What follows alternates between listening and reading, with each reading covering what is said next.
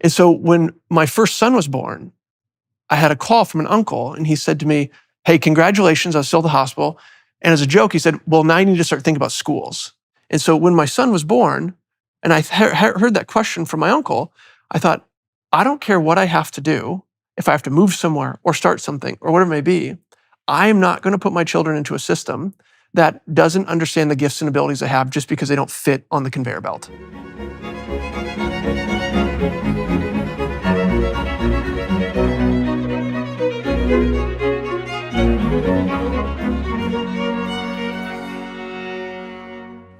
Hello, everyone watching and listening. Today I'm speaking with Lahn, the co-founder of Wonder, a Socratic-based school system, K-12, in Wichita, Kansas. It's a follow-up to a discussion I had with Jeff Sandifer, who's an innovator on the educational front for K-12. And I wanted to talk to Zach today about the details of the educational process so that parents and other people interested in childhood education could understand more thoroughly the mechanics of the process. First of all, I have holes in my memory, because I was ill for a while, and I don't remember how we met. We met through Jeff, eh? Actually, it was the opposite. Oh, okay. It was, I was working in education and became a listener to a lot of what you were doing and a follower in some ways. And then you had explained how you had so much interest in revolutionizing education in various different ways. And so with that, I reached out to you. I sent a cold email to you and we met Father's Day, maybe 2018 in Minneapolis. And we sat down and we talked about education. And from there, it sort of spurred into this, hey, we're very aligned. We have similar interests and we're wanting to see similar change. And from that, then introduced you to Jeff, and we started kind of working with the Acton MBA, the Acton Academy, and that's how it all started. I see. Now, so you're deeply involved in educational transformation. Yeah. You have a school, and you're going to be taking over the Acton program at some point in the future. Well, we're taking a leadership role in the Acton program, Yeah. for sure. Our school, we have an independent, decentralized network, is what I would say, of schools. And our school is called Wonder. Okay, and who's we? So I would say, well, my wife and I co-founded our school. And so that's when I say we, that's usually who I'm talking about. Well, we founded Wonder. And the process for me was, Acton wasn't actually the first place I looked. This whole thing started for me out of necessity. And the reason was, when I was a young kid, I didn't fit in the box. I had too much energy. I was probably too enterprising. My parents and principal didn't know what to do with me. I can remember a parent-teacher conference when my principal, who was a teacher at the time, told my parents, if I was ever stuck on a desert island, I'd want to be with Zach because he'd find a way off. But that wasn't necessarily a good thing. It's sort of like, how do we solve that problem? And so when my first son was born, I had a call from an uncle and he said to me, hey, congratulations, I was still at the hospital. And as a joke, he said, well, now you need to start thinking about schools. And I'd spent my entire life trying to get out of school, basically just wanting to be done with education, get into the world, get into business or whatever it might be. And when he said that, it was one of those times that something strikes you. And that struck me, and I hadn't thought about it. And so that kicked off what was about a 5 or 6 year journey, which was traveling the country, visiting schools. I probably visited over 70 schools around the country and in other countries as well. And one of those was Acton Academy. And so that's how I got connected there. And so what did you see when you went and saw all these schools? So mostly it was this. There was varying flavors or the attempt to put a different, screen over what was essentially the same model. Almost all of them were the same direct instruction model that we see. Teacher at the front of the classroom, lecturing to students in desks all day, and days broken up by periods. Now, some were working more in vocational skills. There's some that were like helping young people, learn the trades and things like that. Great. Others were quite innovative. There's some, we worked with a school on the campus of MIT that was for middle school, high schoolers. That was quite innovative. They were very hands-on, very project-oriented, very project-driven. But what I noticed is that it was still something that was ultimately led by adults. And so that seemed to be the trend everywhere I went, no matter how innovative the school was. So the basic model that you perceived was teacher in the front of the room, rows of desks, regimented periods, Yep. the children as absorbing knowledge, essentially. Knowledge as something delivered as factual. Yep. You saw a lot of variations on that, but no fundamental transformation. Oh, yeah. And variations on that, also variations on socioeconomic status within the school. That was something, because when many people think about school, they think public and private. What they don't understand is 99% of those schools operate the exact same way. Just what you described. One teacher at the front of the classroom and students listening, and trying to absorb, taking notes, and not being necessarily engaged in hands-on learning or taking ownership over their own learning. Yeah, well, it's an interesting model. It's an interesting epistemological model because it presumes that the most appropriate knowledge, the most necessary form of knowledge that children will gain is factual and descriptive, right? That it's semantic, it can be transmitted through words, that it's memorization predicated, that it comes from a central authority, that the children should be socialized to sit immobile, essentially, and listen passively rather than actively, that they should do that in a group, that they should be regimented in time, right? So you might say, contrary to that, well, children should be actively engaged in exploring, they should be questioning, they should be moving around. There's no necessary reason for that regimentation. They should be developing their own vision. The enterprises could be project focused, and that education should be much more about the acquisition of skill rather than the acquisition of regurgitatable knowledge. I mean, that's a few transformations that you might consider. And so, okay, but you said that while you were investigating all these schools, you came across the Acton Academy. And what made it stand out in your mind? Well, it's all the things that you just mentioned are all what I would call, there's some about the process that you go through within the school, and much about the content that you're going to absorb in the school or that you're engaging with. What I think that we need to step back and look at is that when we're talking about different schools, what we look at is not so much the content, the academic content. Like, we know largely what young people should be engaged in as far as like the basics. Like, we know that. What we talk about is a system. And what I mean by this is, let me give you an anecdote. I've probably talked to over 1,000 parents at this point about our school, about what they want from education for their child. And one question I always ask is, what do you dream your child will be able to do when they're 18 or when they leave the house? And without exception, I do not get an academic answer. I do not get, I hope they can do complex math. I hope that they've mastered calculus. I hope that, I don't get academic answers. What I get, especially the younger the child is I hope they can go out into the world with courage. I hope they can know how to be, right. Well, yeah, work well with other I people. did touch on in that list of alternatives was character development, moral character development, and motivation, right? And so, all right, so the parents have a vision that's more aligned with that. They want their child to be of good character, to be able to go out into the world forthrightly. And so what do you make of that when you hear parents tell you that? Well, what I make of it is that almost all parents want that.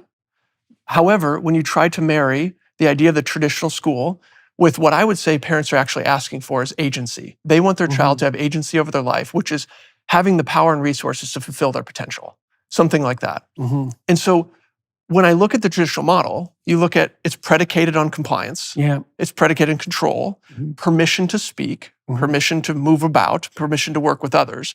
What I say is, those two things don't marry. You can't put your child in a system like that and expect that they will fulfill this potential of agency within that, because those are some of the most formidable years of your life. You think 3 to 12, especially from the development of the brain, like, you're learning what system you're within and how to operate within that system. And Jordan, it's actually quite a conundrum for people, especially with conservative beliefs, because we say, hey, this is what we want. We talk about it at home. We talk about agency and freedom and responsibility. And yet we send our children to a school that doesn't advocate for any of those. Yeah, well, I did some background research into the origin of the public school system, partly because I developed these programs, the self-authoring programs, and one of them is an exercise that helps people develop a vision for the future. And I implemented that with my university students first. And so it asks them to imagine their lives 5 years down the road. They could have, if they could have what they needed and wanted, assuming they were taking care of themselves properly, what might their life look like? They write about that for 15 minutes, and then they write about the hell they could produce around themselves in 5 years if they let their bad habits take the upper hand. And then they go through 7 major domains of their life and write out a vision and a strategy for that. So it's intimate relationship and family, friendship, career, resistance to temptations like alcohol and drug abuse, use of time outside of work, let's say productive and generous use of time outside of work, and care of themselves physically and mentally. We're going to add civic responsibility to that list. And so it's an attempt to help people derive, create a differentiated vision of what their life could be like and who they could be, and also to conceptualize themselves as the sort of person who can derive a vision. And I used that in my classes for years, and I conducted 3 research studies using that program, and we showed that if you had students do that exercise for 90 minutes in their orientation session before they went to trade school, they were 50% less likely to drop out, which is like an absolutely staggering result. And their grade point averages of students already enrolled went up 35%, right? Which is crazy, right? For 90 minutes. But the really crazy thing was, as far as I was concerned, and it took me probably a year or 2 of thinking to really notice this, was that, well, this isn't rocket surgery, as a ridiculous Canadian comedian would put it, right? Of course, people should have a vision for their life. You talked about character development, moral developments, like, well, that's what parents want for their children. We would like our children, we would like those we love to be active, engaged, moral agents, aiming upward. And yet, we do nothing whatsoever in the school system to foster that, ever, even once, even for one day. So my students, despite having gone through 14 years of education and being top of the class, all things considered, because the University of Toronto was a fairly selective school, no one had ever asked them to do an exercise like that. And that, the more I thought about that, the more I was dumbfounded by it. And then I did some investigation into the derivation of the North American, European, for that matter, public education system, and found out that it was based on the Prussian model. Mm-hmm. And the Prussians produced a universal education system in the late 1800s because they were afraid they were losing military superiority, and they wanted to produce a cadre of mindless, obedient soldiers. Mm-hmm. That was expressly the purpose. And then that model was adopted by prototypical fascists in the US, again in the late 1800s. This is before Mussolini and all of that time. Corporate types mostly, who wanted to produce cadres of obedient workers. And that's why the desks are in rows, and that's why there's factory bells, and that's why it's top-down leadership. But what was really stunning about that wasn't only that that was the model, but it's worse than that, because the people who built the schools were consciously aiming at eradicating the will of the students who were part of the system, because they wanted them to be obedient. Now, there was a demand for factory workers at the time, and there were a lot of rural people flooding into the cities, and no one really knew what to do with the kids because they didn't have farm work. And there was some need for an education system, and there was some utility in producing people who knew how to abide by a clock and who could therefore take on factory jobs. But that as a model, especially now in the modern world where things change so quickly that you can hardly keep up, and people have to be dynamic, and that sort of 9-to-5 lifetime factory work is maybe, well, it's a dream of the past in some ways, even though it might not have been that desirable to begin with. It certainly has nothing to do with the way people live now. But, well, the education system hasn't changed, except perhaps for the worst, in 150 years.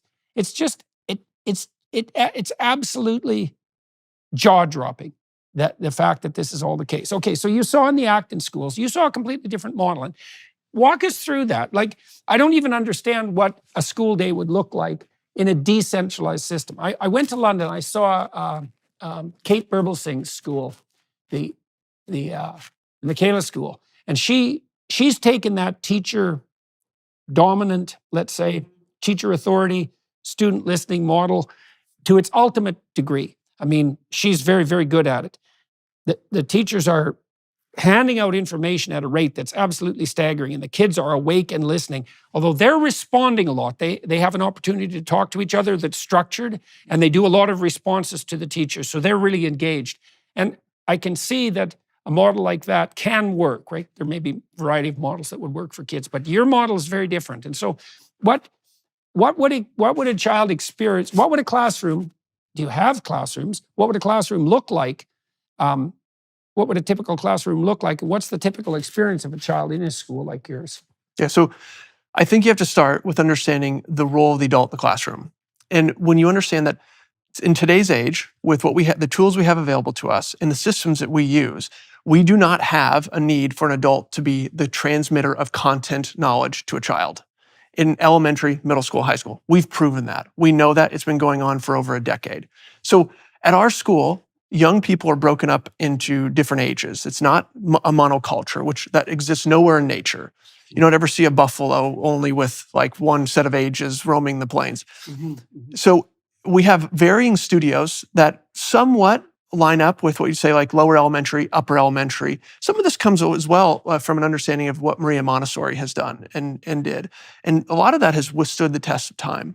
And really quickly, to digress for a second, what you mentioned about 1894, the Gang of Nine got together, I think it was, and decided this is what people should learn: physics, biology, chemistry, and this is how they should learn. And that largely has not changed at all. But it's important to know, at that same time, there was a debate being waged about how young people should be educated. Some of these models, like Montessori, even the first idea of kindergarten, things like that, those came out of those similar times. But this one took root and took hold because it had maybe utility at the moment, but has stayed largely unchanged.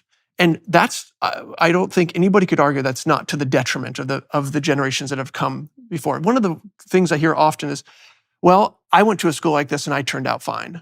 And well, first of all, no, you probably didn't. Yes, and is it the thing that we're doing to say we want to institutionalize the limit of potential, of reaching potential? It's not did you do fine, it's what could you have done if people knew, saw, and understood the gifts and abilities that you could bring to the world. So if you're in our school, you'll see a school that's not run by adults. So how many students about? So we could have one studio, say elementary studio, that has maybe 30 learners and one adult. And that's a good thing. The more adults that get into the classroom, we say, the worse the experience gets. And that's for kids how old, that ratio? That's about 6.5 to around 11.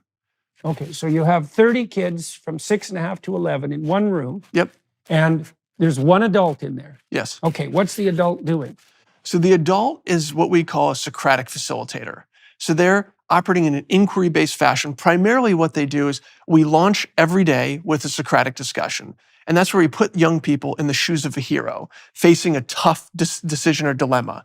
And then we provide two choices, A-B choices, or maybe more, that are opposed, very opposed to each other. But both could be seen as equally acceptable answers. And then that facilitator, their job is to allow the young people to engage in a discussion and a debate. We do this for 15 minutes every morning. And that's how things start. That's how every day launches that way. It launches intentionally, which is, I think, something we can talk about too, is that a bell ringing to start a day is not an intentional launch.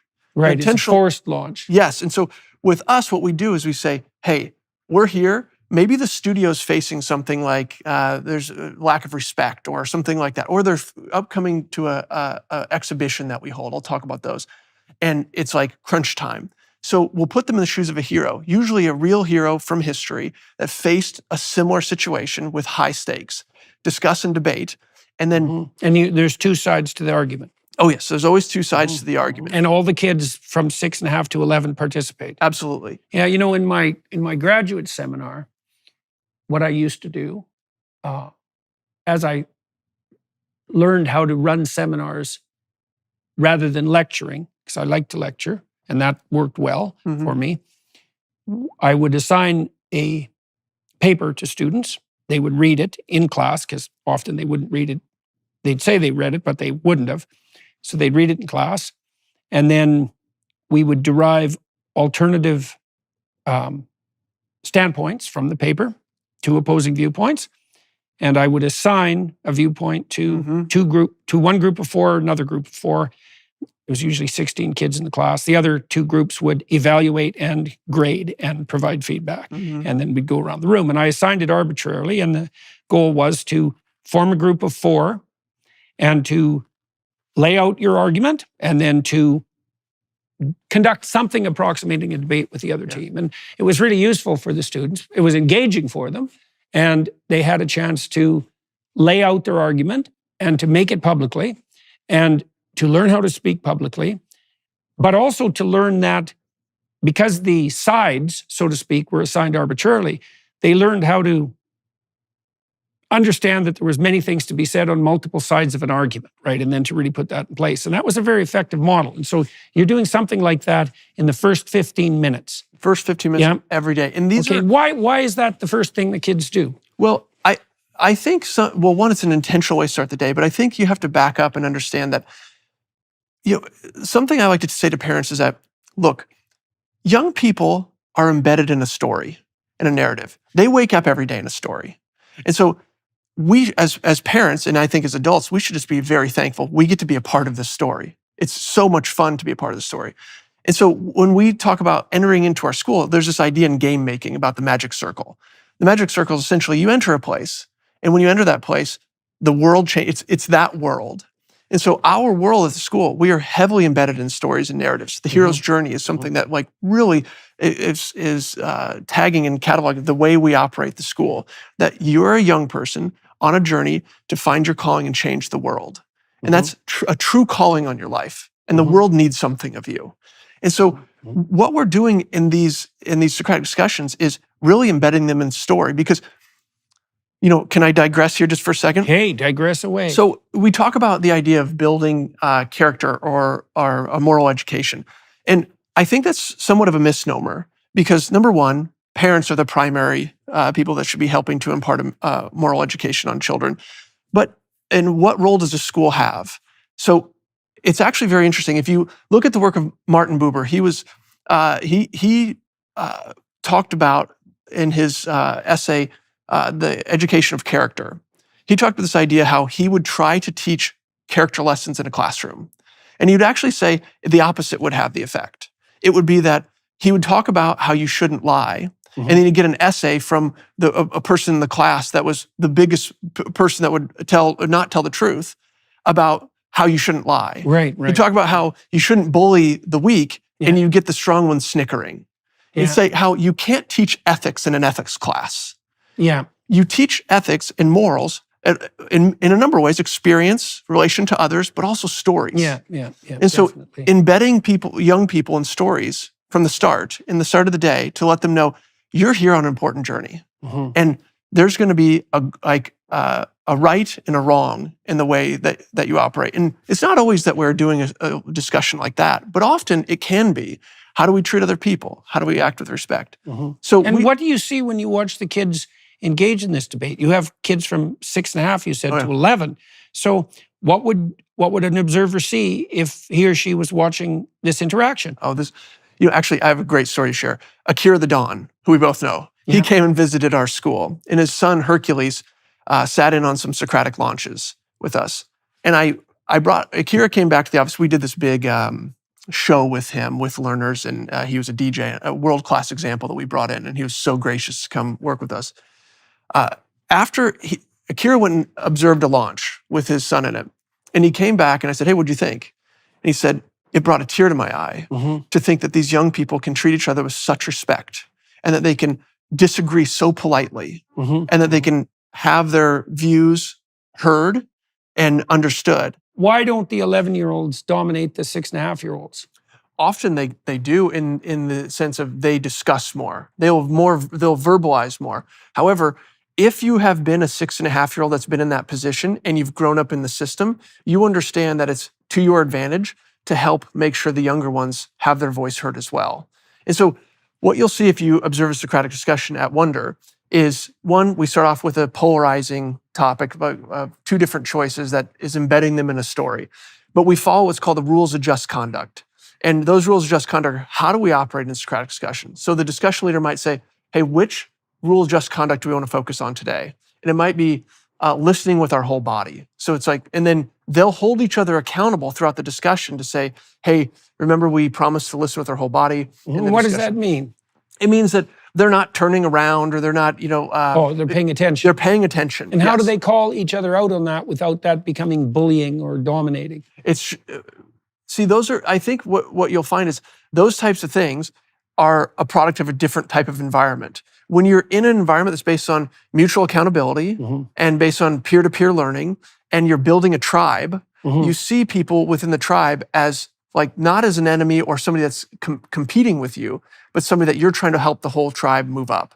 And that's what we do see. Now, I tell parents all the time, hey, when you have a child that's 6.5 or 7 just entering into the elementary environment, and they're in a Socratic discussion, they're absorbers. They're observing and absorbing information. It's one of the best ways they learn how to interact in one of those discussions, by watching a 10-year-old or 11-year-old in those discussions.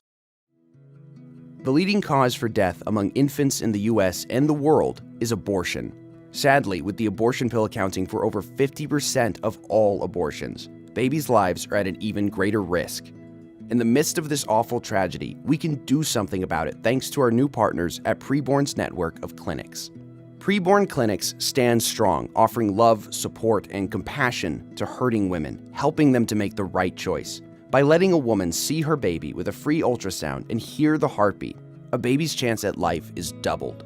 These clinics provide mothers who choose life with maternity and baby clothes, diapers, car seats, counseling, and much more. All of these services are provided free of charge, and up to 2 years of assistance is granted. So join us in the fight to save these precious lives. This year, Jordan Peterson's listeners have a goal to save 11,000 babies. One ultrasound is $28, and any donation amount will help and is tax deductible.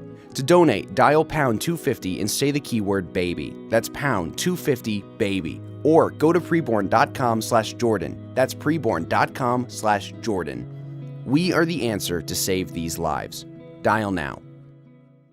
Right. And that's interesting too, because the 10-year-old, 9-year-old, 10-year-old, 11-year-old, first 6.5-year-old is someone who's close to their proximal zone of development. So like kids tend to hero worship kids who are slightly older than them, old enough so that they can appear as a model for their behavior forward. Yes. I mean, kids in grade 4 really admire kids in grade 6. They're a little afraid of them. They think they're mighty beings.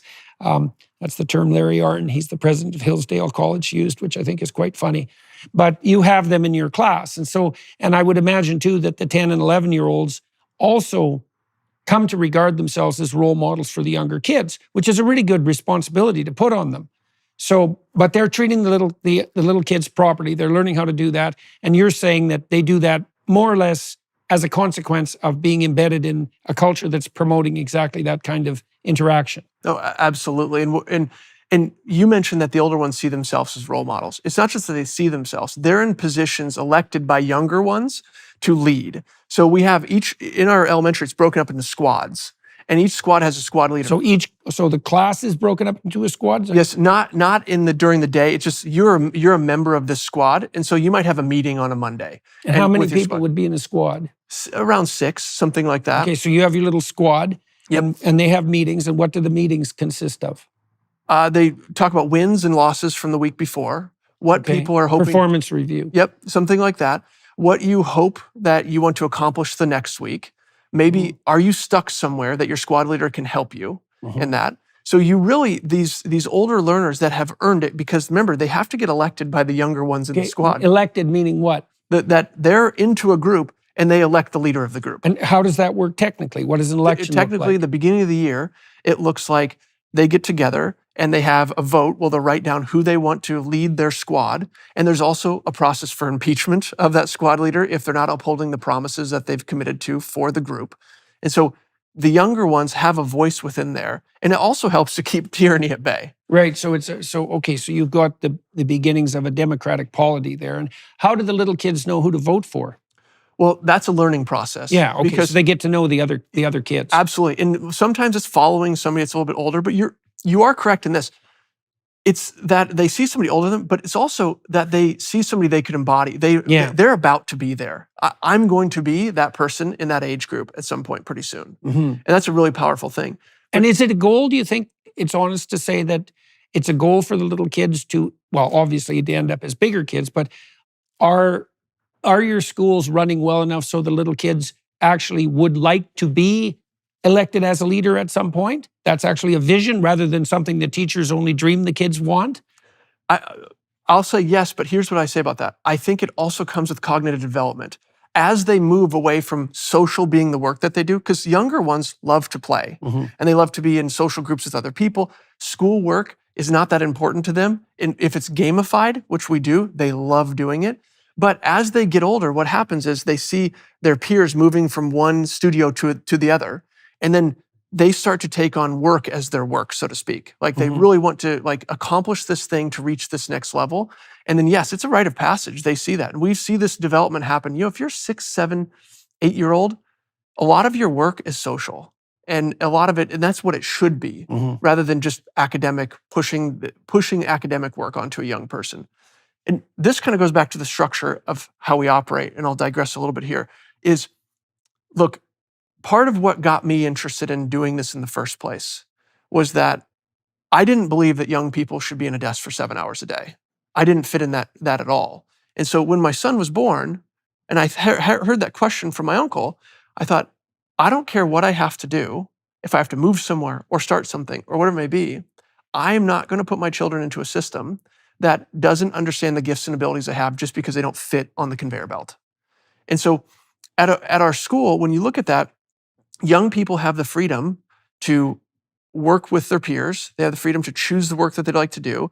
Also, they have the freedom to be distracted as long as they're not distracting other people. They can exit the room for a while if they need to be distracted. And I think there's this whole idea in education, in the elementary especially, of young people are so distractible. Well, it's like we're thinking that, okay, we don't understand that the prefrontal cortex has a protracted maturation. You can't force development in that way. They're distractible if they're bored stiff. Yes. Kids can concentrate on something for a very long period of time if they're interested in it. Absolutely. So the distractibility, and this is the case for human beings more generally, is if you see a pronounced trend across a number of people, the first thing to presume is there's something situational driving it rather than something temperamental. Yeah. And so you might say, well, little kids are distractible. Maybe it's because they're bored to death in the conventional classroom. And I would say that's particularly true of active boys. Okay, so we've talked a little bit about squads and we've talked a little bit about studios.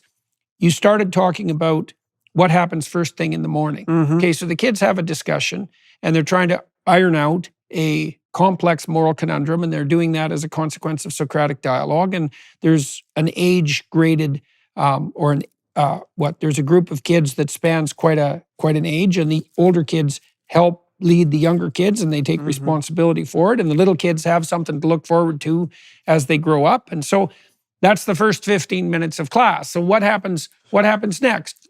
Let's continue walking through the day. We break the Socratic discussion, and then the schedule is posted on the board. So there's different levers of control, as we say, things that the guides have control over and things the learners have control over. So we put a schedule out, but we're not in charge of enforcing the adherence to that schedule. They mutually enforce that.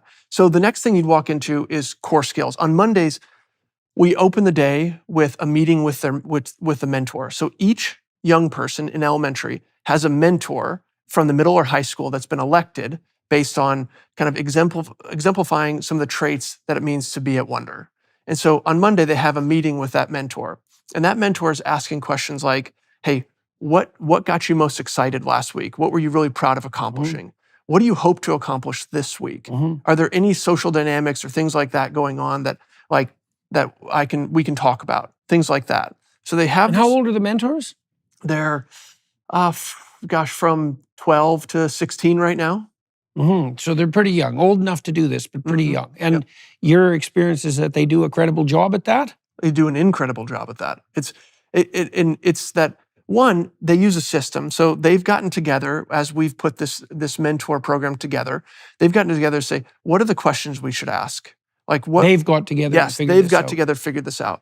They'll run those things by us, but unless we see some glaring issue, which we don't, because even if we saw an issue, we'd like them to test it and come to that Right, determination on their own. Right, yeah. So yeah, then they'll meet with the mentor on Monday and One-on-one? one-on-one, Mhm. and then they break after that mentor meeting. How long is the meeting? It's usually 10 to 15 minutes. That's it. Okay, and they do that once every week with the Once mentor. every week. And it's Yeah. setting your eyes to the horizon. What are you here to accomplish? What would you like to do this week? And I often tell parents that goal setting is an interesting thing because at age 7, the proper time horizon for a goal Yeah. is likely this afternoon. Yeah, right. What am I Yeah, gonna- well, that's worth driving home, is that Yes. the younger the kid, the shorter the future time horizon. Yes. Right. And then we watch this move up when you're entering middle school. They can accurately plan their entire year. What do I want to accomplish in reading, writing, math, quests, things like that for the year? And it starts. Your kids can do that. Yes. It starts because we start instituting this idea of, hey, we're here to accomplish something. And what is that thing we'd like to accomplish? And the mentors really I instill that. wonder how tight the relationship is between prefrontal cortical maturation and length of time horizon. I bet it's pretty tight. Yeah. Well, it's complex, right, to calculate yourself across a expanding horizon of time. And it means the replacement of motivation based on basic motivational states like hunger and thirst and temperature regulation, desire for play, all of that, which are impulsive motivations. It's the replacement of that with a higher order vision where all those competing demands are integrated, right? Integrated across time. That parallels the movement from, say, subcortical dominance to cortical dominance, something like that. So you guys are facilitating that. Okay, so they meet with their mentors, and well, now we're an hour into the day. What happens next? Maybe 30 minutes into the day. But Maybe 30 minutes. yes. So next they go into their core skills work. And this core skills work is, we use adaptive platforms like for math. You could use Khan Academy, Beast Academy, something like that. We're reading. What's Beast Academy? It's a similar program to Khan Academy. It just functions in it a little Who bit. set that up? I'm not sure who set up Beast Academy. But the point there is that some learners like using Khan. Yeah. Other learners like using Beast. Okay, and they're adaptive. What does that mean? It means that as you get into them, they can see where are you struggling, what areas you're struggling with, and they'll serve you more of those types of problems. And also like with Khan Academy, and I say this to parents often, I don't know that there's anybody that's had a larger impact on math in the world than Sal Khan. Yeah, right. You want to walk through that a little bit? Well, I think there's 50 million active users, and maybe that's an old statistic, but he's essentially built a platform to allow for the complete self-direction of math learning. Yeah, that's such a good deal. It's unbelievable. Yeah. And each problem that you get, there's a video related to how to solve it with Sal Khan talking about how to work through a problem like this. Yeah. And I tell people, well, you can pause that person and you can rewind that person. Right. I mean, the dynamic is so much different than a traditional classroom in that way. And one thing I hear from people is that a lot of elite private schools are actually assigning Khan Academy as homework. And I say, well, it's only a matter of time before we see the actual redundancy there. Right. It's like, no kidding. And so you might do Khan Academy or Beast. There's Reflex Math, and there's different math programs. Yeah. We have it that when you're doing a unit test, for instance, to check proficiency, whatever platform you do your practice on, you check out on Khan. And so there's a way to make use that as your standardized indicator. Correct. Yeah. And so how do you think your students are doing on the mathematical front? I guess you know this. Yes. How are they doing on the mathematical front? Well, I'd say overall they're doing quite well. Now, it's varying, right? Because at the younger ages, we don't operate anything that would equate to a kindergarten, college preparatory environment. I say our goals for our elementary studio are very simple, and they're two things: love learning and learn to get along with other people. Master those, love coming to school every day, and learn how to work well in a tight-knit tribe with other people. And so the reason we say that is if you took the whole corpus of elementary school work of what needs to be accomplished, it's actually not that much work, relatively speaking, if you're at the right developmental age. So you can spend time learning the important work of how do I get into flow, or how do I find something I love, how do I remove distractions, things like that. You can spend that time, and we have systems to help with this, and still be fully on track, so to speak, with doing core skills work. Mm-hmm. Mm-hmm. So, do you have any idea how your students at any given age are performing, let's say in the mathematical realm, because that's quite easy to quantify, compared to students in a typical public school environment? yeah, well, here's what I say: we don't talk about this much, just because at Wonder we do one standardized test a year, and it usually starts around age 9, something like that.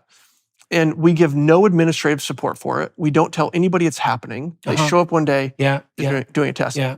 For our data that we see for the elementary age, it's around 2.5 grade levels above where they should be. Okay. Are your kids selected on the basis of income or IQ? Neither. We do have tuition. However, we really try to, when it comes to selection, it's much more for the younger ages based on, do the parents understand what type of school we are? Are they wanting to go on a journey that has triumphs and hardships? Mm-hmm. Do they really understand what they're getting into? Do you think that you have reasonable coverage across the socioeconomic spectrum, or are you tilted more towards middle class and upward? Well, I would say that I think any school that charges tuition is likely tilted a bit more towards middle class. Yeah. However, we have people that are social workers, journeyman carpenters. Many families in the school would fall working class. Yes, and it's a stretch to pay tuition, but they see the value in what it is, and they say they understand that one of the biggest responsibilities, decisions we'll make as parents, is how and where we're going to educate our children. And once you understand that, once you see it, you sort of can't unsee it. Yeah. And it's sort of like, I've had parents say to me, I don't care if I need to take a second job. Right. I will find a way to pay the tuition. Right. How much is the tuition? Our tuition is $10,000 a year over 10 months. So it's roughly $1,000 a month. Mm-hmm. And does that actually cover your expenses? Yes. And okay, so that's worth highlighting. Yeah. So the cost of the education that you're providing the kids is how much a month? The tuition is around $10,000 per month. Yeah. Right there. We give a few per year, per 10 months. Sorry, $10,000 per year. Yes. Okay. So you know that in the New York State, the average cost per student per year is $39,000. Yes. Right. So you can do it for a quarter of that. I think that we could actually do it for around, our projection right now is that our all-in cost when we're fully enrolled, about 130 learners, will be about $4,500 a year per learner. That's it would be interesting, the metric you need from a measurement perspective, because you are selecting your students to some degree based on parental interest in education and their ability to pay. So you're going to be tilting things somewhat up the IQ and socioeconomic scale, and probably tilting it up the conscientiousness scale a priori. The real metric would be how fast your students are learning compared to comparable students in a public school system. Very difficult metric to establish. Yes. So I'm not being skeptical of this. It's just, very interesting to derive performance measures, and that's a difficult thing to do. So, well, and I would say there might be a difference in thinking, especially in elementary school for us, in that if you took a learner from our school at maybe 7 or 8 years old and tried to map them with an elite college preparatory school, you might find that our learner is behind on certain areas compared to theirs. Yeah. That's not a bad thing. It's because children need to be allowed time to be children, and they're not machines to absorb information. Yeah. Well, that's also that's a problem with measurement. Is like if your only measurement rubric is standardized testing, which is generally the only reliable and valid objective measure, there are things that are important that you're not measuring that are hard to measure. So, for example, it would be very useful to measure maturity if you could figure out how to measure it, or if you could measure pro-social behavior. You can do that using teacher ratings of pro-social behavior, for example, peer ratings. So you could derive that, but then you'd need a standardized sample of the same ratings from other schools to compare yourself with, and the probability that you'd be able to derive that is pretty much zero.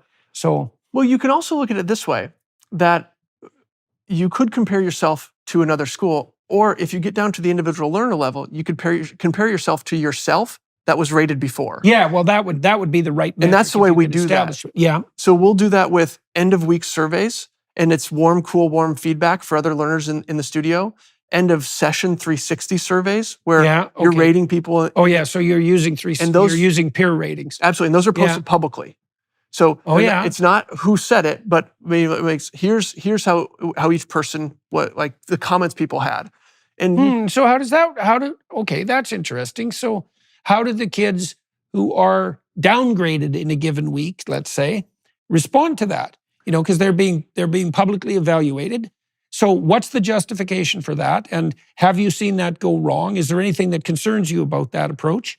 well, I think if you first start by understanding that we spend a lot of time building the tribe, so in general, people are polite and respectful towards each other, but they might say that, let's take my son for instance, Hudson was distracting me numerous times this week. Okay, if that's one thing on the survey that he was distracting, and these are the types of things that you'll see. We don't see malicious, comments or something like that. We see, hey, no trolls. yes, yes, we don't have Troll-free environment. Yes, troll-free environment. We don't see things like that. We see Hudson was distracting me this week from this, and if that comes up one time, that could be noise. Yeah. But if Hudson is going through and he sees 4 times people mentioned how he was distracting them, then it's like looking at that and saying a reflection point. It's like, hey, I'm distracting. It's useful tribal feedback. Very useful tribal feedback. Yeah. And we put in time using Socratic dialogue and examples of how to give feedback. Like, let me give a quick example of feedback. So when we first started the school about half a decade ago, we had a number of learners that came in from traditional school. And maybe they were 10, 11, somewhere in there. And our school year is broken into sessions. They're 4 to 6 weeks long. They have a quest that's like, we put them in a simulation or they're solving a big problem or something like it. Could be architecture, future of farming. They're doing the American Revolution. And those are the afternoons every day. I'll get to that. But and at the end of that quest, there's a public exhibition. And the public exhibition is parents, grandparents, family members coming in, and you're on stage, and this starts roughly at age 7, where you're presenting in front of all of these people. Do you make sure the kids speak loudly enough so everyone in the audience can hear? Audience feedback has made that happen. Yes. Good. We actually had a parent offer to buy. I used to go to my kids' presentations at their elementary school. There'd be all these kids on stage, and they were all mumbling so quietly that people, even in the first row of the gymnasium, couldn't hear a damn word they were saying. And everybody in the bloody gym was supposed to sit there for 2 hours pretending that this was acceptable. And while the kids on the stage were pretending to talk and the teachers were pretending to evaluate. Yes. Yeah. Painful, to say the least. I had a parent in school, Jamie, that was happening, and he said, I'll buy you a small PA system for this room. And we bought it, but that was solved. So yes, they get on stage, they speak, we record that. And then on Friday, so that happens on the last Thursday of a session. On Friday, they get into a circle, a Socratic discussion, and they give each other warm feedback on how they did. What's something you did well? What's something you could improve? What's another thing you did well? The learners that first came in from traditional schools called that Friday Cry Day because it was so hard to hear feedback. And when you come from an environment where basically there's only 2 grades anymore, there's A and not A. That's basically what there is now. When you come from that environment and you hear you didn't do perfect or didn't do exactly well, I just failed. And so we'd give them the option of, hey, you could get written feedback or you could get verbal feedback. Yeah. The wrong choice in there is written feedback because you don't have the context of the kindness of the person giving it to you. Right. But they elected that for a little bit until they went back. And so learning, I would say, a very important lesson in life is how to give and take feedback and incorporate that into what you do. What constructive feedback is. Yes. Right. And so in elementary, when they're learning to give the weekly survey, it might be that we start off with like a drop-down menu, like you're selecting a different learner, then a drop-down, like is the issue you had somewhere in here? And it's like a pre-written, hey, Hudson was distracting today. I'm sorry, Hudson. You were not distracted. Yeah, poor Hudson. Yeah, poor Hudson. Yes, I did. Now this is there for the eternity. Yes, for eternity. Yeah. Or they can write their own feedback if it's something specific. So that starts at a very young age, this idea of tribal reinforcement. About how do we operate in here? Do we have an ethos of how we operate? I'll tell one other anecdote about that. We've learned at a school like ours, we cannot recruit. We can't go out and say, hey, would you come to our school? Mm-hmm. The reason is you have to be looking for what we're offering. You have to believe young people. I think that's true when you almost whenever you do anything with anyone. It's so much better to have someone come looking than to go sell. Yes, exactly. Yeah. I made what I would consider maybe a mistake saying, I met these learners and I thought, gosh, their parents were amazing. I thought they'd do a great job. We invited them to apply to the school. And that was a hard lesson I learned. But one of the most important lessons there was that these learners came in, and I often say there's two behaviors we can't incorporate as a school. One would be a blatant disrespect for other people. Another would be manipulation or lying. So that's antisocial behavior. Yes, and I don't mean that you get into a conflict. We have conflicts arise all the time, and I'll talk about how we resolve those. But these learners came in the school, and for various reasons, they were highly disrespectful, things like that. Yeah. The tribe came to me in my office one day, and it's usually the older girls. They really value order, and I think for some reason what we see is a lot of the older girls take leadership roles somewhat younger than some of the younger boys would. And they came to my office and they said, hey, look, here's all the things we've tried. Here's what's going on. Yeah. They just don't understand. We don't do those things here. Right. And I said, guys, what you're saying is that there's a way that we do things here. Mm-hmm. That's an ethos. We have something that defines us. First off, that's amazing. Mm-hmm. Like, how amazing is it that we have that? Yeah. And second, we troubleshooted different ways that we could solve this. Yeah. Ultimately, the learners weren't a fit for the school. Well, one thing that's worth knowing on that front, by the way, is that if antisocial proclivities are not rectified by the age of 4, they're virtually impossible to rectify after that, no matter what you do, right? Antisocial behavior proclivities are more stable than IQ. And psychologists have tried everything you can possibly imagine to rectify antisocial behavior proclivities with either 0 or negative success.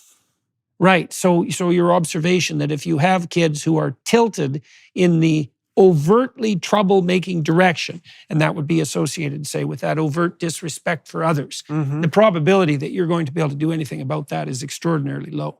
Yes. Right? It's one of the most dismal aspects of the clinical psychology literature, because psychologists have thrown everything they had at the remediation of antisocial behavior. And with no effect. The only exception I've ever seen to that is the work of someone named Dan Olweus, who went on an anti-bullying campaign in the Scandinavian countries and managed that quite effectively. But he did that really through a cultural transformation of the schools rather than a focus on the individual behavior of any given students. So anyways, all right, so let's go back to the days. So we've gone through the Socratic dialogue, we've gone through the meetings with the mentors, and I think that's pretty much where we stopped in terms of progressing through an actual day. And then you are going into what we call self-directed core skills. Oh yeah, we talked about the Acton Academy a bit there too. And so you're going to self-directed core skills. And now I think the important thing to understand about a school like ours, and this is where what I mentioned earlier is so important, is the system is so much different. And our school is largely ran by systems and recipes that we hand off to learners. So for instance, people would say, well, you're saying that the guide doesn't have the traditional role in the classroom, that they are not there for telling learners what to do. How do you get learners to do work? And so, well, number one, if something's gamified and it's fun, they want to do it. And they actually really enjoy doing it. So even something that's gamified like Khan Academy or some of these other platforms, it's enjoyable for them to do. And it's enjoyable for them to watch their progress moving up. And I think it's a progress towards the goal that really gets them, maybe it's dopamine or something like that it triggers. But also within the school, you think of the school as like being embedded in a game, we have what are called freedom levels. And so within the studio, you have the ability to earn your freedom solely by the work that you do. It's not subjective. It's you earn this. A guide cannot take this away from you. And so, for instance, say you move up 1% in Khan Academy in your grade level. And the grade level is based on where are you at right now? And you'll make goals towards where do you want to be. Well, you move up 1%, you earn 20 points. So this is the game. If you earn 300 points within a week, the next week, you're at the highest freedom level. It means that next week you get to choose what you work on, when you work on it, and where you work on it. Within sort of like life. Yes, very much so. And so, but also if you say, hey, if you're distracted for a week, something like that, you're getting less work done. You might be on freedom level 1, and that would look like, hey, you have a desk, and there's what you do, what the schedule would look like on the board. And what we find is that 80 to 90% of the learners are on freedom level 2 or 3. They want the additional freedom. It's enough of incentive just to say, I have the agency over my time in the day. I know the steps I need to take to get it. They've agreed and helped develop this system. It's been a part of what they've done. And so it's how you incentivize, maybe work or hard work. But the true answer, especially the younger you are, is that gamification of work is enough. You have fun game to play. And I often ask people, talk to people if they say, hey, the studio is getting a bit disorderly. It happens. I would ask, well, what's wrong with the game that we're setting up? How can we make the game more fun to play? And so that's core skills. Okay, so if I objected, well, life isn't going to be fun. So how do you know you're not setting up a micro environment for children that isn't representative of the macro environment to which they'll have to adapt? I mean, I enjoy the descriptions of the programs that you're putting forward, and I would love to believe that was all true without any reservation. But I'm trying to allow myself as many skeptical thoughts as I can possibly manage. And I am curious about this. I mean, I know that Acton Academy has had a lot of success in their mathematics training, and I know they use a gamified approach, but what that really is a carefully designed system of incentives, rewards that actually match the motivational structure of the learners. You could call that gamified, but it's actually just adapted properly for learning. But do you feel that you are preparing the kids for the realities of the real world? And what evidence do you have that might actually be the case? When you say realities of the real world, can you be specific on that? Like what? Well, that's a good objection, actually. Well, let's say that 30-40% of your graduates after high school go and get just an ordinary job, a construction job, a job in a restaurant, a job in a local store, a job. Are they going to be fit for those positions given the experiences that they've had in your school? Well, I think we're maybe prematurely asking the question, and here's why I say that. Elementary is very different than middle, which is very different than high school. So there is a progression upwards. So if I gave you the goals of studios just ahead of time, saying if you're under middle school, it's this: love learning and learn to get along with people. So elementary is by design about developing a love of learning. Why is that? Is because when you get into middle school, if I had to put one sentence goal, it'd be learn to work hard for 3 hours a day, which is hard for many adults to do if they're honest with themselves. So you're inculcating a more conscientious focus increasingly as they progress through the schools. All right. Okay. Well, that's a very good answer. All right. And so you've built that in where it's developmentally appropriate. You said your goal is actual on-task work for 3 hours a day. Flow. You're right. You can have a wonderful life if you can work focused on one thing for 3 hours a day. Yes. Yeah, and that's actually a very, very high level of attainment to manage that. Yes, and they do it in middle school. And I'll talk about how and why, but yes, the design of elementary school is more exploration, love of learning, social, learning to get along with other people. And I'll give you an example of that and this applies to the real world and success in the real world. At a normal school, if you find that you have maybe a continuous conflict with another learner, maybe at a large school, one of the most common things is they'll separate those learners in different classrooms. Yeah. But that's not what you can do in life, is that every time you have a conflict with somebody or a big conflict, that you're going to just remove that person from your life. Yeah. Well, it also doesn't necessarily eliminate the conflict, right? It doesn't. It actually maybe does the opposite, reinforcing the negative behavior. Yeah. And so at Wonder, what happens is, if you have a conflict with another learner, either learner can call a conflict resolution session. And you can have a 30-minute cool down period if emotions are high. Yeah. They'll do what happens is they will find a mentor, what we call a peacemaker from the middle school or high school, somebody that's earned their chops, so to speak, helping to make peace in the school. and they sit across from each other at a 3-foot table with the mentor on the side, and the mentor has a formal conflict resolution sheet. These happen 2-3 times a day, because conflicts happen in society. That's just the way it is. And so the mentor will read off, and it starts like this. Why are we here? We're here because heroes solve problems. They don't run from problems. And then it goes into what you would consider like a speaker-listener exercise. Each person gets a chance to be heard, have it repeated back to them, and vice versa. They negotiate a bit in there.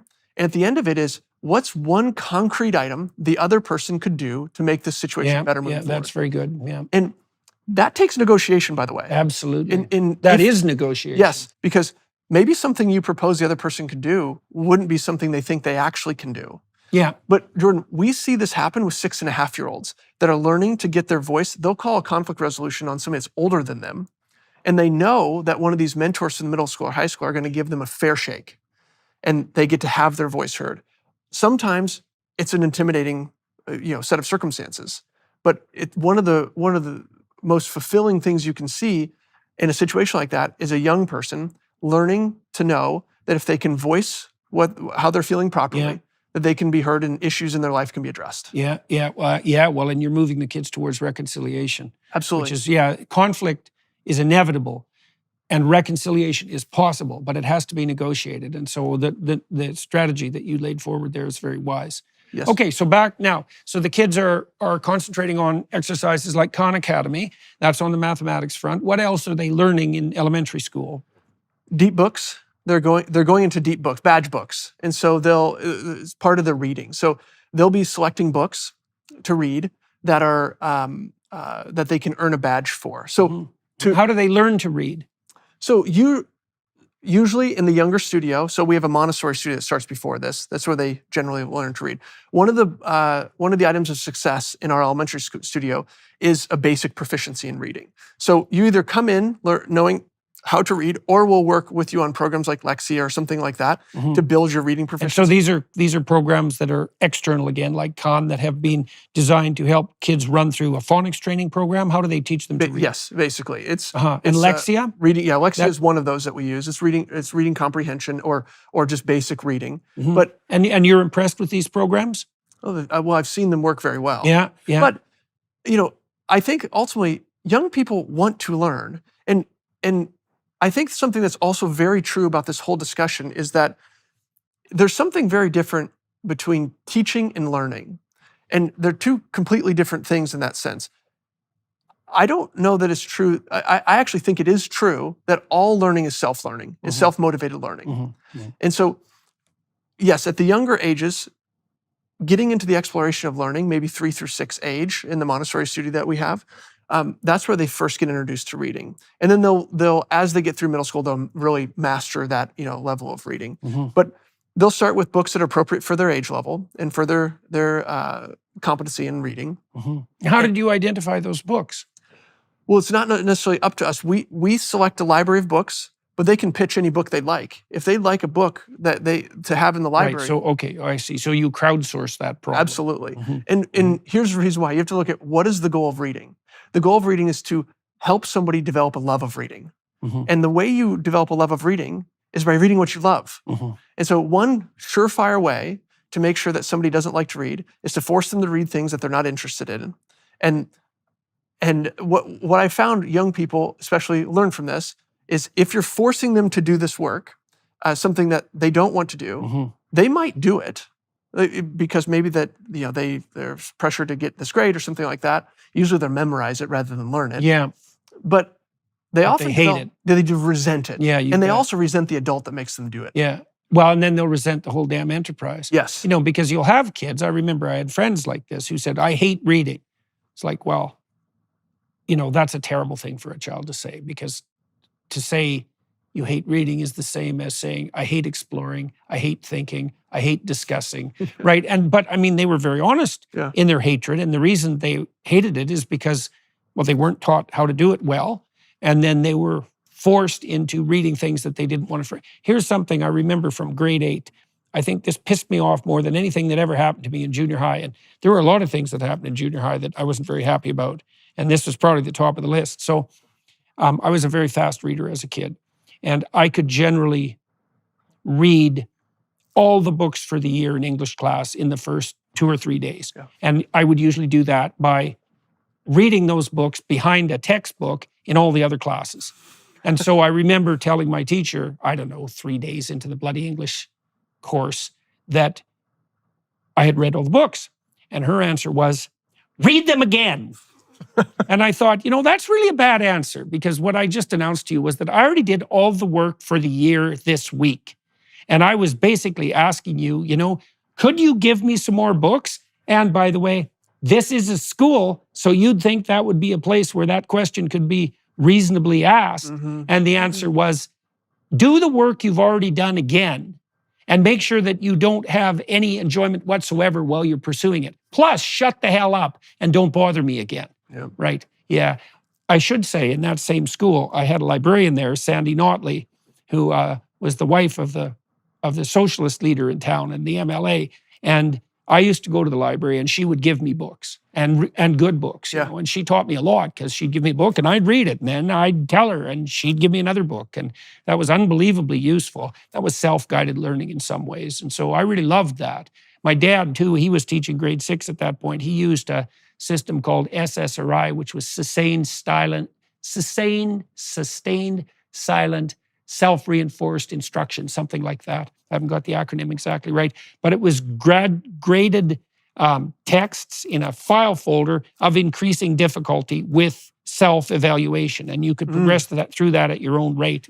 God, I loved that. I would have had a fine time in school. You had to feel empowered by that too. Well, plus there was a challenge constantly, Yes. and I could find the edge of my reading ability and start to play with that, instead of having to read things that, I had figured out how to read like 4 years before.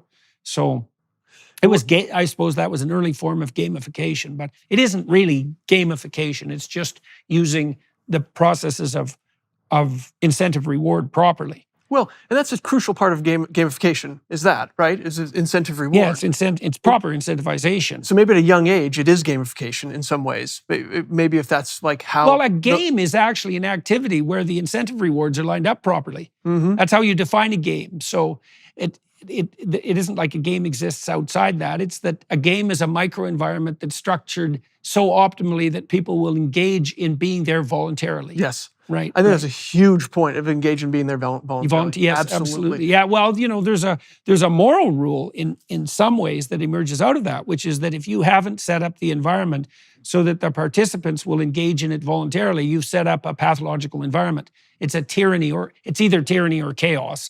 Those are the alternatives. Yeah. At Wonder, we say something like this: look, if there's an issue in the studio involving 2 to 3 learners, okay, well, likely they're going through something, or they have, they have a lot of energy, or they're not interested in what's happening right now. If it's 50% of the studio, what are we doing wrong with the game? Right. How are we making the game wrong? Yeah. But about reading, I think this is very important. I had a parent that was interested in the school say to me, well, how do you determine what they must read? And he was very much in the classical education side, which I have a lot of, I really enjoy a lot of that. And he said, well, you're telling me that they don't have to read these great books. They're not forced to read these great books. And I went through this idea of reading and developing a love for reading. And also that I would ask, maybe pose the question something like this: what's more important? The 4 years, maybe of high school, that you're engaged in reading deep books, making sure they do that, or making sure they love reading so much that the next 60 years is filled with enjoyable reading. Right. And I think that's maybe... Well, and people will, if you teach them to love reading, they will advance in their reading to their zone of proximal development, and they'll read the most complex books they can manage, assuming they have enough knowledge to find those books. People will do that automatically. Yes. And so you might say, well, you should instill a love of the classics. And what that would mean optimally is that you inform people that great books exist and you show them where they are, but you pretty much have to let them come to those books on their own. And they may not be able to do that, well, maybe ever in their whole life, because great books tend to be relatively complex on the intellectual front, but they may have to come to that obliquely. Like, in a lot of behavioral psychologists will give their clients self-help books. And intellectuals in the popular culture they have derogatory attitude towards self-help books. I mean, the whole genre is like, well, that's self-help. It's like, well, first of all, what's your objection to that exactly? You don't think people should be trying to help themselves? Yeah. And then I don't know if you noticed, but that's actually introductory philosophy, moral philosophy. That's what a self-help book is. And you might say, well, I have contempt for it because it's introductory. It's like, well, where the hell do you expect people to start? Most people don't even read, right? And then when you see people who are willing to take a step into the domain of self-help, it means they've actually progressed in their reading enough so they're starting to contemplate the elementary ideas of moral philosophy and even theology. Yeah. It's like you should do everything you can to reward that, right? Well, it's an awakening of sorts for them. And it's like, that's for sure. Who are we to say that the point at which they're awakening is not the point that they should be at? It's like they're in a journey right now, and this is where they should be because they've elected for that to be the place.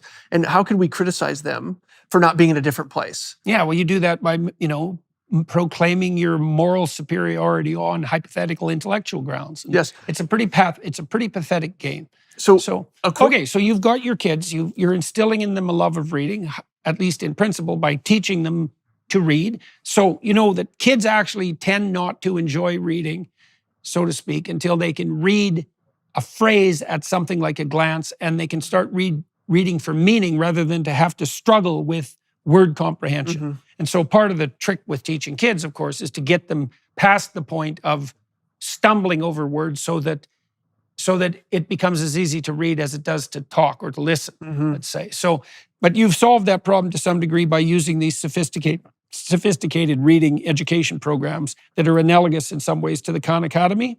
Yeah, I would say that's part of the solution. When I say solution, it's just we're providing them the tool to be able to unlock something that they really want. And they want to know how to read. They want to be able to get a book off a shelf, to be able to read it. But I think also you have to rethink what you're thinking of as reading. Why can't a comic book be there as reading? Why can't a graphic novel be there as reading? And it can be, and the younger ones love those. And so they can develop that love of reading by something that, like, we would think, well, where's the content value in something like this? But in many of these are great stories, not all graphic novels. But well, they're not popular novels unless they have they're not popular literary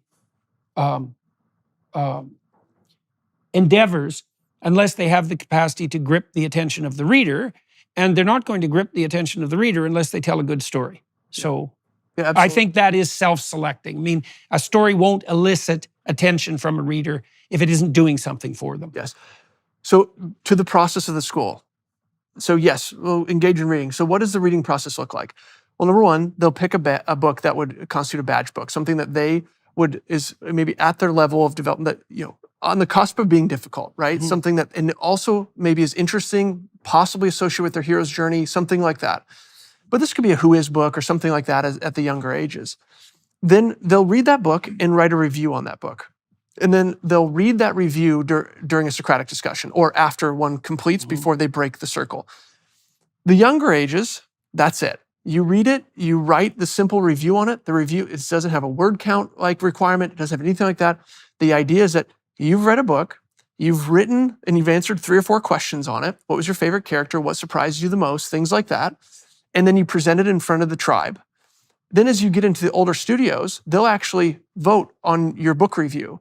Did it meet the requirements? Do we feel like they really understood the plot line or something like that? And also, is there evidence that they didn't read the book? So there's some self-reinforcing here. And they can, if they deny the book review, so to speak, it's not, oh, it's done. It's like, hey, address these things and then come back and represent the book review. Well, that's good. Yeah. And then the next book they read for their next badge book, one of the rules is it needs to be more difficult than the last. So maybe they're not ready to do a badge book review for a while again because they're still working on reading proficiency. They have a goal, the book they want to do next, but they're not quite there yet. And so they're striving for something there. But what this tiers up to, if you look at, I'll give you a quick story about what I walked into on the middle school one day. And mind you, this is all from this system of not forcing reading, working to make reading fun. And so I walked into the middle school one day, and it was during a time in the schedule called Drop Everything and Read. And so it's just, they're all reading. I saw 3 girls and 1 boy sitting, and we have kind of like it looks like a shared workspace, something comfy like this. They're sitting in different chairs reading. And the books that I saw them reading were Atlas Shrugged, The Boys Who Challenged Hitler, The Da Vinci Code, and Unbroken. And this is all from without us saying you need to read any of these books. This is from them going to the shelf. And when you get in middle school, a deep book is a book that's won an award or changed the world in some way. And that's like kind of how you pitch a book that you'd like to be a deep book. Mm-hmm. And so Mm-hmm. by giving them options and selection, they wanted to challenge themselves and they wanted to read about like heroic stories. And that's just something that when I walk in and see something like that, I'm thinking like, yes, this is the way this should be.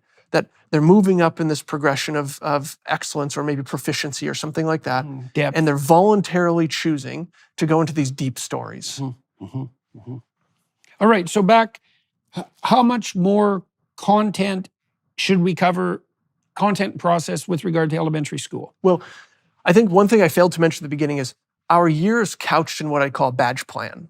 And so a badge plan is at the beginning of the year, after a couple weeks being in the studio, because we really make the first session. Remember, our years are 4 to 6 week sessions, and we take at least a week break.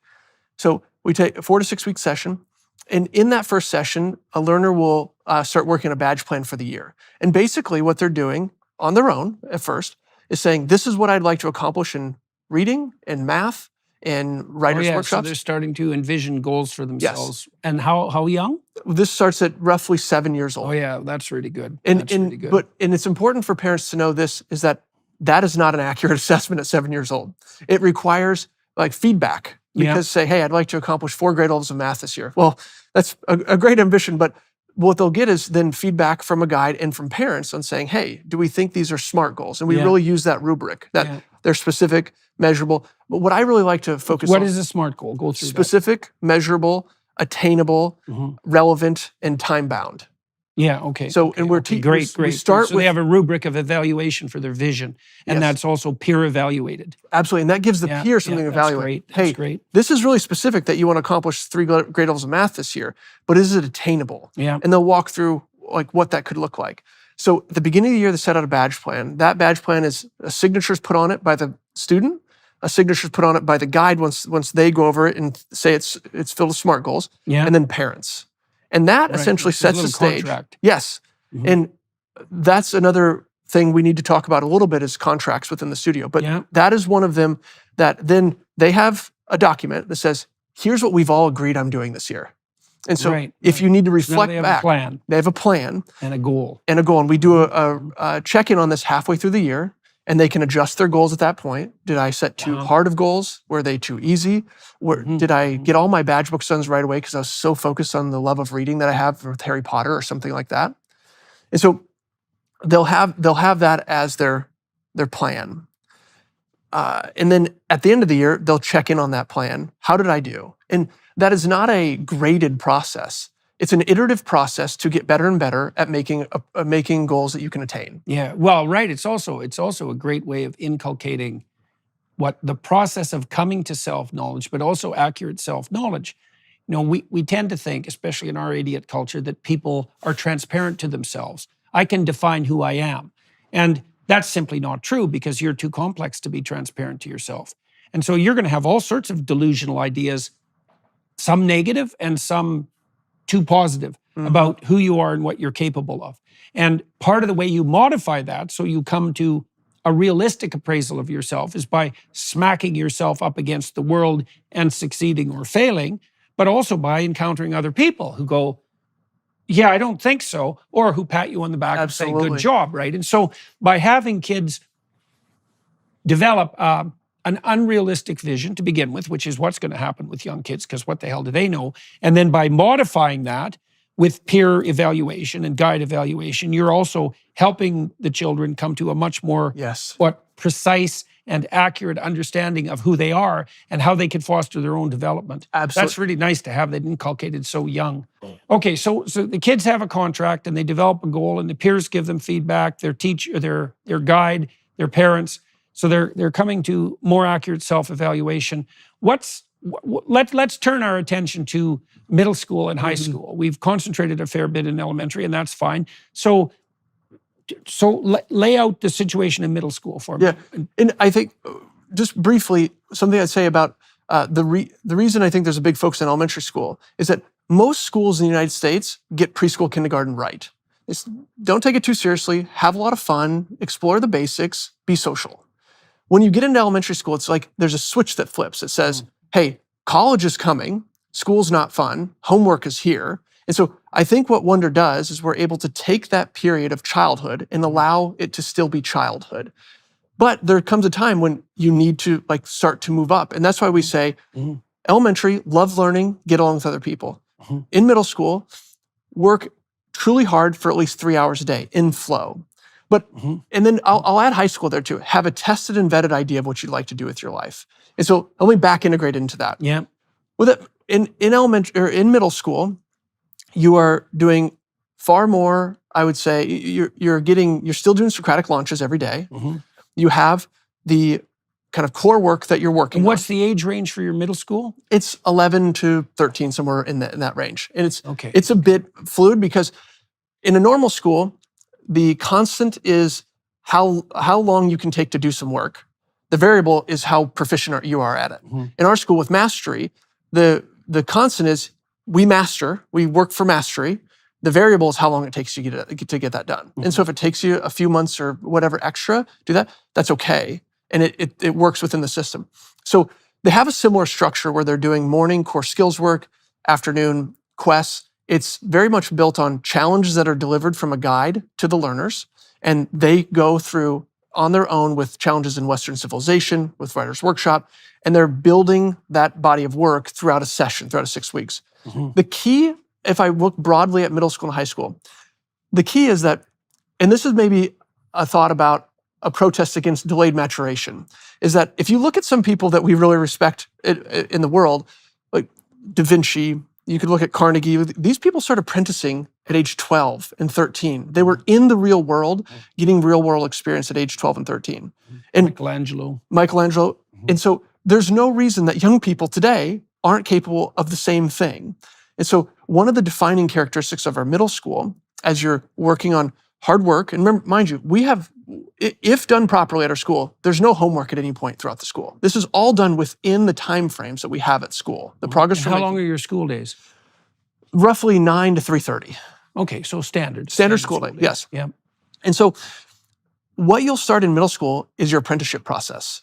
So you're starting to constrain that. You're saying it's exploration in elementary. As you get into middle school, you're really starting to hone in. Right, so you can work 3 hours. And so this is also the unanswer to the question that I posed earlier, which is how do you make sure that this is aligned with the real world? Yes. And part of your answer is, well, we put kids out in the real world. They're in the real world starting at 11. So starting at 11, you'll get your first apprenticeship. And that apprenticeship starts like this. And this is something I think is so important, is that, one, guides and parents don't secure apprenticeships for our learners. The learners do. We help them with recipes for it. And here's like what a recipe would be. Number one, what do you love? Take things that you've learned in the world, experiences you've had in elementary school where you explored through all these quests that we do in the afternoon. Take all of that and develop a list of 10 heroes that you have based on something that you would love to do. You'd love to learn more about. Maybe it's videography. Say in elementary, we did this quest on videography. I loved it. In middle school, you'll take that. You'll find heroes in that field locally. You'll take those 10 heroes, narrow it down to 3. And then from those 3 heroes, you go through a process of finding their email address. And this is local. This is local. Yeah, it can be otherwise. You can do it otherwise. That's probably more what somebody might do in high school. But to start with, those are these local. I'll give some examples of these too because they're very powerful. You have heroes, you narrow it down, you find their email address. You have to write an email that will get opened first, which is not always easy for busy people. Yeah. Number 2, in that email, you have to make the case for how they've inspired you. Like, what work have you done to research this person? What do you know about them? And then how can you explain? So you're teaching them how to do a really high quality job application. Absolutely. And if you get one of these, it's like I've gotten one from a learner in the middle school unexpectedly who wanted to start a school like ours. That's her journey in life. And I read it and I was like, there's just no way I could like turn this down. There's just no way I couldn't do it. But so they're writing an email, 1 that will get open, 2 in that email, they're requesting a 5-minute phone call.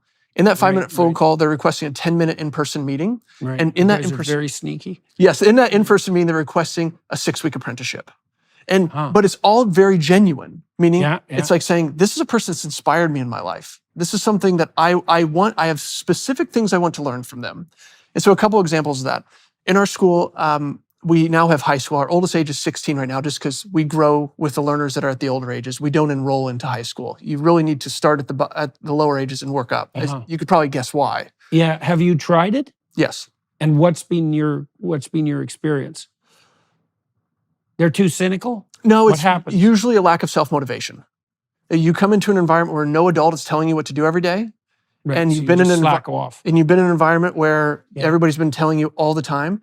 And this is what I tell people about the role of our guide, is that the reason our guides don't answer questions like they do is that in life, there's not somebody standing over your shoulder all the time giving you answer to things. Mm-hmm. But the information's at your fingertips if you know how to properly utilize it and you're motivated to do so. Mm-hmm. And we know this. Kids are doing this every day. Right. They're not doing it for their schoolwork because it's not interesting or fun to them, but they're doing it for the things that they're passionate about in the world on YouTube and things like that. So for one example, we have a young girl in the school, and her grandfather is somebody that works with the wrongfully accused. And at a young age, that took hold of her, and she's very inspired by that. So at age 11, maybe 12, right in there, she decided she wanted to be an attorney potentially. And so she did this whole process. And she's went through this process now for 3 years, I believe, where she's validated this idea that, yes, this is what I want to do, which, by the way, one of the most important takeaways from apprenticeship you could probably have is that I don't want to do this thing that I thought I did. Definitely. We've got stories about that too. But she's done that. And now at age 15, she's participated in jury selections, depositions, these things. She's on the way to be doing the work that somebody that is graduated from college is just starting to do. Right. She's doing that work. Right. And one other example. What sort of feedback are you getting about her from the people she's been apprenticing to? Well, I would say that I have a quick anecdote about that. Well, one of the girls that is in this studio as well, she wanted to intern apprentice at this pet store. She wants to work with animals in a zoo and things like that. She was too young to be hired as an apprentice, but they said, "Hey, we'll let you shadow." Mm-hmm. And so she went into shadow, and it was just their personal policy that she couldn't be hired until this age, a certain age. Mm-hmm. She went and did that, and after that next year, they said, "We were so impressed by the work that you did that we've changed our policy so that you can come work here." Mm. And I think when you're coming up in this environment and you're learning how to work well with other people, and what these learners say, they understand is that be happy to do any job. Right. It doesn't matter if you're emptying the garbage cans. Like, you're getting into somewhere, and somebody's giving you their time. And Jordan, a powerful thing I might want to say here is, I think this is a very important point, is that the role of a mentor is an opt-in relationship. Meaning, I think that's often the confusion with maybe a teacher that's wanting to bring a personal thought into a classroom, is that that's a mentorship relationship. Meaning, a young person asks you to be a mentor or seeks you out as a mentor. Mm-hmm. Otherwise, the job is academic. Like, parents are sending their kids to school to learn academics. And I think that's what's so powerful, is they're electing their mentors here. Mm-hmm. So the last thing I'll mention about apprenticeships, because mind you, they start at 11 and they'll go all the way through high school, and there's a process for this. But the last thing I'll mention is that we had one girl that was, and I'm mentioning girls here, we also have boys that have done great apprenticeships as well. She thought, for sure, I want to be a veterinarian. And she, at 11, interned with a veterinarian, is a surgeon. She loves horses, loves animals. The first sign of the surgery room and blood, couldn't handle it, almost lost it, so to speak. And that was an amazing learning for her at a young age, because when might you learn that otherwise if maybe it's after undergraduate school or something like that. Right. And so she knows, I still want to work with animals. I love them, but this direction isn't the precise direction. Right. What an amazing learning. Right. Yeah. So that's how we look at apprenticeships in the school. They start at age 11. So you're still doing your core skills type of work, still moving up in badge or deep books. You're doing chemistry, physics, biology, much more intentionally, I would say. So you're doing like medical biology and chemistry, and we're making it very, very relatable. And then in high school, this is where it really kind of everything comes together. So you have a love of learning. You know how to work well with other people. You have the habits of hard work. And now, what is it? It's in middle school, you've also tested this idea in the world. You've gone out in the world, do things. And so what happens in high school is what we call the next great adventure. And the next great adventure really is you're declaring, after doing 3 to 4 years of apprenticing, this is where I want to, this is where I fit into the world. This is what I want to do. So you're declaring, you're putting a flag in the ground. And then with that, you're going on a journey of deliberate work through high school.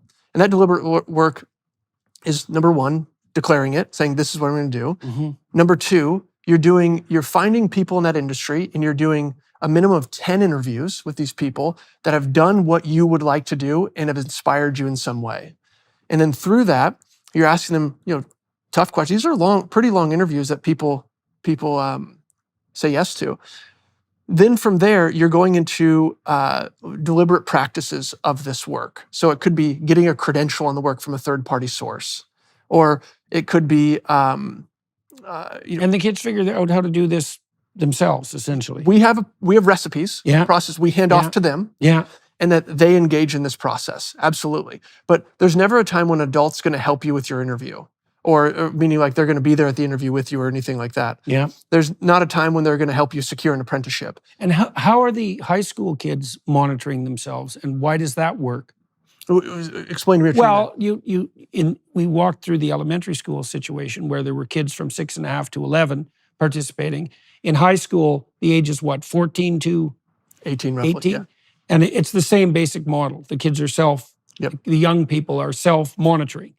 And do they turn, the 14-year-olds, do they turn to the 18-year-olds for mentoring? Is that? Absolutely. And it just happens naturally. Meaning like. And they're already accustomed to doing this. So when you walk into an organization, you can see the culture is way different in this place than it is otherwise. That's how it would look.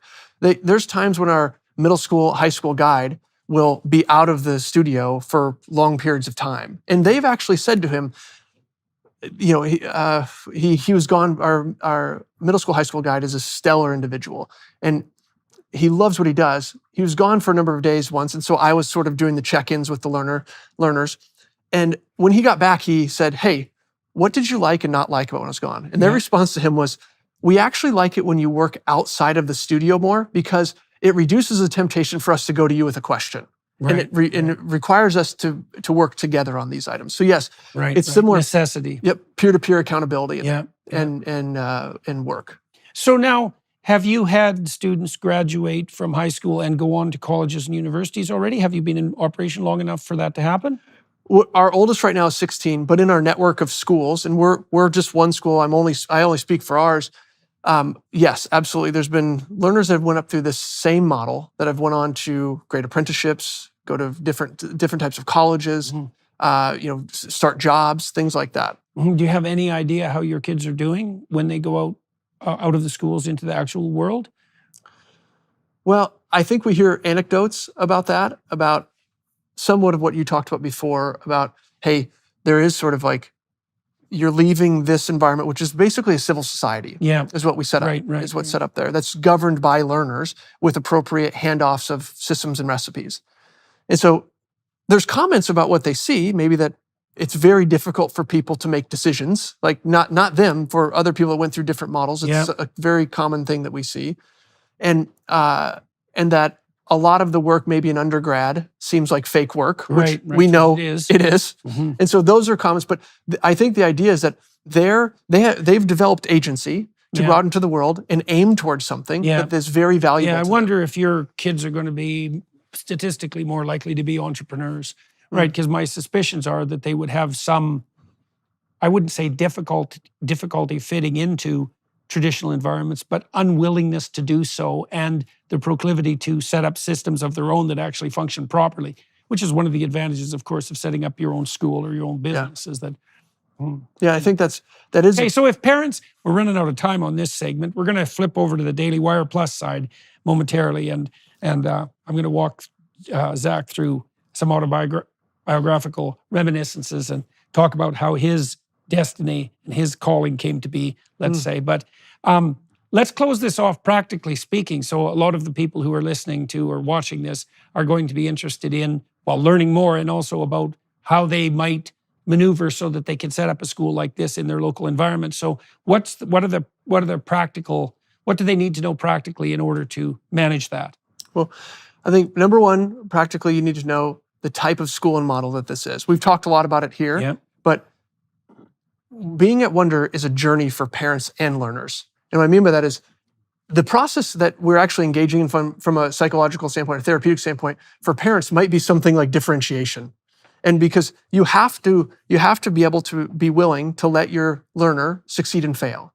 So if you're ready for a journey like that, truly ready for that, you're teaching the parents how to let their kids be independent or how to foster that independence. Yeah, that's a good deal. Well, how else will we be able to? Well, I would say this: when you set up an environment like this where young people have agency, if we're taking that agency away arbitrarily, we're not really helping them develop the agency. Absolutely. And so you have to give them sort of like a space that's theirs, that we all agree the journey you're on. We've made a badge plan as well. Yeah. Now you go off and accomplish this. We believe in you. And I often say to parents that something I'll say to my kids is, look, this is your journey. It's not my journey. Yeah, right. Yeah. I am just so glad to be a cheerleader on the sideline, and I cannot wait to see what you do. Right. So if a parent is really ready to say, hey, I want my child to be one of the people who leaves school with agency and ready to launch off into the world, I think you can look at Wonder. We're looking to expand our schools as well. And you can look at Acton Academy, and there's many schools around. There's maybe 300 schools in the Acton Academy network. And and there's plans to expand that. It's consistently expanding based on parent entrepreneurs that want to take on this hero's journey of their own. And so, right now we're looking specifically, we're in Kansas, we're looking in Iowa as well, my home state, to expand our schools. And the purpose is just to allow more young people to have this experience in life. Because I had somebody say to me once, man, these kids are so lucky. And my thought to them was, no, this is what they deserve. They deserve to be able to have like agency over their life appropriately at a young age, to have mentors and people that they look up to. It isn't even only that they deserve it, right? I mean, you could say, well, you're optimizing a juvenile polity that reflects how the world could be and should be constructed. But it isn't just that the kids deserve it. It's that because they're such a stellar resource, it's appallingly inefficient and pathetic of society not to utilize their full resources.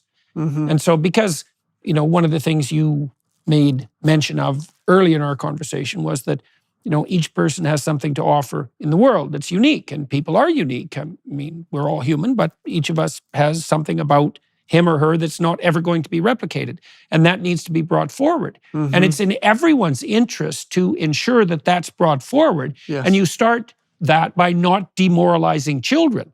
Right, so there's a social interest here too that isn't merely limited to the individual. I think parents maybe don't understand how deep that extent goes, and I'll just real quickly give this example. Imagine you have an 8-year-old that's just starting to write, and they're starting to write stories, and they bring you this little book that they've written. Yeah. The appropriate response to that is, "Wow." Yeah. Like, was this? Here's what you did well. Yes. Here's what you could improve on. Boy, it's great you've done that. Yes. The appropriate response is, "Wow. How hard was this for you to do? Looks like you worked really hard on this." Yeah. What we all have a tendency to do is say, "Hey, but did you notice you spelled this word wrong?" Right. And there's nothing that's more demoralizing to an 8-year-old that's just accomplished something that they're proud of than to hear how they didn't do it right. Yeah. And so I would just say, for parents that have this belief, want this for their children, there's schools out there like Acton Academy, Wonder, and the idea of where can they go? We can put the links and so forth in the description of the video, but where can they go to find out more information? So to find out more information about Wonder, our website is daringtowonder.com. Daringtowonder.com. And can I tell you a quick story about where that came from? Sure. G.K. Chesterton. I read something from him long ago in his essay on authority in education. And he said this. He said that even back then, one of the biggest problems that he saw was that the newest ideas were being taught to the youngest people, meaning that they hadn't been vetted. These ideas hadn't been vetted, but they're somehow making their way into the school.